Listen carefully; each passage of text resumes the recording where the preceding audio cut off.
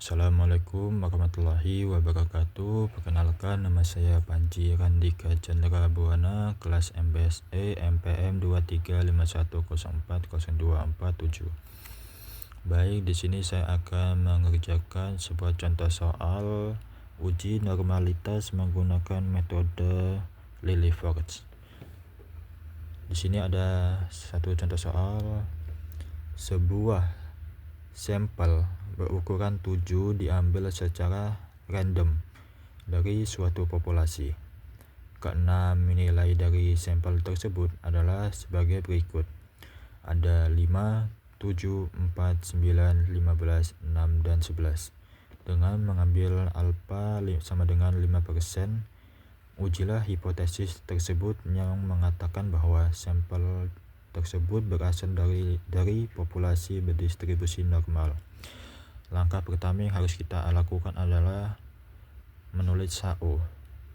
Di sini HO-nya sama dengan sampel berasal dari populasi berdistribusi normal, sedangkan H1-nya sama dengan sampel tidak berasal dari populasi berdistribusi normal. Yang kedua itu tingkat signifikasi. Alfa 5% sama dengan 0,5. Ini alfa 5% ya dari soal. Di sini terdapat rumus atau hal-hal yang harus kita cari terlebih dahulu. Baik, langsung ke perhitungan. X ini adalah sampel dari soal tadi, 5, 7, 4, 9, 15, 6, dan 11. X kuadrat ini adalah hasil dari 5 kuadrat sama dengan 25, 7 kuadrat hasilnya 49, 4 kuadrat hasilnya 16, dan sebagainya. Dan untuk sigma X sama dengan 57 adalah hasil dari penjumlahan X ini tersebut. Semua X ini dijumlahkan hasilnya 57. Dan untuk X kuadrat, sigma X kuadrat sama dengan 553 ini hasil dari penjumlahan 25 sampai bawah ini, semuanya dijumlahkan.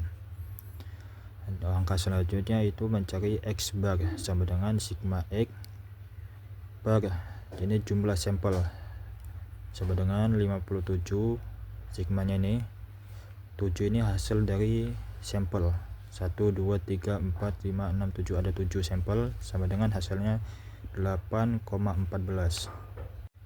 Baik, langkah selanjutnya adalah mencari simpangannya. Jadi rumusnya S sama dengan akar N dikali sigma X kuadrat dikurang tutup kurung sigma X tutup kurung kuadrat. Jadi sama dengan N nya itu 7 dikali X sigma X kuadrat yaitu adalah 553 dikurang 57 kuadrat. Jadi sama dengan akar 3871 dikurang 3249 per 42. Jadi hasilnya 622 per 42 sama dengan akar 14,809.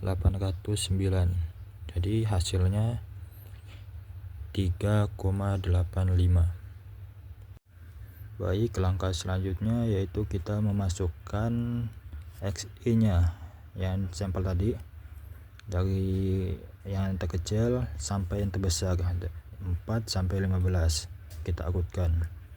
Dan untuk selanjutnya ini adalah rumusnya ZI sama dengan XI min XI dikurangin X bar per S. Jadi XI nya yaitu adalah 4 dan X bar nya yang dari perhitungan tadi itu hasilnya 8,14 dan per S yang tadi hasil dari tadi 3,85, hasilnya sama dengan min 1,07. dan untuk yang 5 juga sama caranya.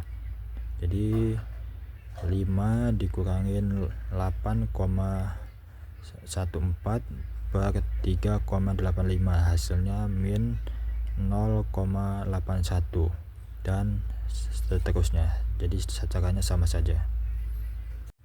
Baik, selanjutnya kita mencari FZI. Jadi caranya yaitu seperti ini. Ini tadi kan F min 1,07, ini hasil dari ini tadi yang min 1,07. Jadi selanjutnya kita kerjakan, yaitu rumusnya PZ kurang sama dengan min 1,07. Jadi Z ini adalah 50%, jadi hasilnya 0,5 dikurang 0,3577. 0,3577 ini hasilnya ada di tabel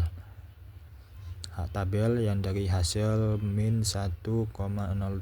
Jadi hasilnya 0,1423. Jadi nanti kita tulis sini. Jadi caranya sama semua, dari atas sampai bawah ini sama semua caranya, tinggal diulang aja cara yang tadi. Baik, untuk selanjutnya untuk mencari HZI adalah inilah fungsi tadi kita mengurutkan. Jadi 1/7, 2/7, 3/7, 4/7, 5/7, 6/7, dan 7/7. Langkah selanjutnya yaitu 1/7 ini kita jadikan desimal. Jadi 0,14, 2/7 sama dengan 0,28 dan seterusnya. Baik, untuk mencari FZI dikurang SZI yaitu dengan cara 0,1423 dikurang dengan 0,14. Jadi hasilnya minus 0,0023. Karena ini di dalam mutlak, jadi yang tadinya negatif akan menjadi positif. Dan untuk cara yang di bawahnya juga sama ya, sama. Untuk langkah selanjutnya yaitu L sama dengan maksimal mutlak FZI dikurang SZI mutlak. Jadi untuk mencari maksimalnya ini adalah data dari ini, yang dari atas sampai bawah ini yang paling maksimal adalah 0,1841. Jadi kita tulis di sini adalah 0,1841. Baik, langkah yang kelima kita mencari daerah kritis sama dengan L alpha, N. N ini adalah sampel, jadi sama dengan L alfanya tadi itu 5%, jadi 0,05. Jadi sampelnya ada 7, jadi hasilnya 0,300. 0,300 ini adalah hasil dari tabel nilai kritis, jadi hasilnya 0,300. Untuk langkah selanjutnya yaitu daerah kritisnya sama dengan L lebih dari L alpha, N. Jadi sama dengan L lebih dari 0,300. Jadi yang kita tuliskan sini adalah 0,300. Di sini adalah daerah kritisnya. Baik, selanjutnya kita mencari L hitungnya sama dengan 0,181. Ini adalah hasil dari yang L hitung yang sebelumnya tadi, jadi hasilnya 0,1841. jadi 0,1841 ini berada di sebelah kiri dari 0,300. Jadi hasilnya 0,841 tidak berada di daerah kritis. Dan untuk yang keenam, keputusan uji adalah hasilnya HO diterima. Dan untuk kesimpulannya, sampel berasal dari populasi berdistribusi normal. Sekian, wassalamualaikum warahmatullahi wabarakatuh. Baik, di sini saya akan menghitung uji Lily Force menggunakan SPSS. Pertama, kita lihat datanya terlebih dahulu. Datanya ada 4, 5, 6, 7, 9, 11, 15. Caranya kita tinggal klik analis, kemudian deskripsi statistik, kemudian kita klik explore. Kemudian pada tampilan awal akan seperti ini dan dipindahkan kayak seperti ini. Terus kita klik plots, pastikan histogram dan normalitas plot ini kita centang, kemudian klik continue. Ini udah tinggal klik OK, hasilnya akan muncul secara otomatis. Nah, hasilnya akan seperti ini. Untuk uji normalitas Shapiro Wheel kita bisa lihat dari nilai sig atau bisa disebut signification itu senilai 0,560. Nah, ketika nilai dari sig ini lebih dari 0,5 maka data berdistribusi normal atau H0 diterima. Untuk menentukan Lily Force kita cukup melihat dari nilai sig dari Kolmogorov-Smirnov, yang mana dia nilai signya ini 0,200. Lebih dari 0,05 maka data berdistribusi normal atau H0 diterima.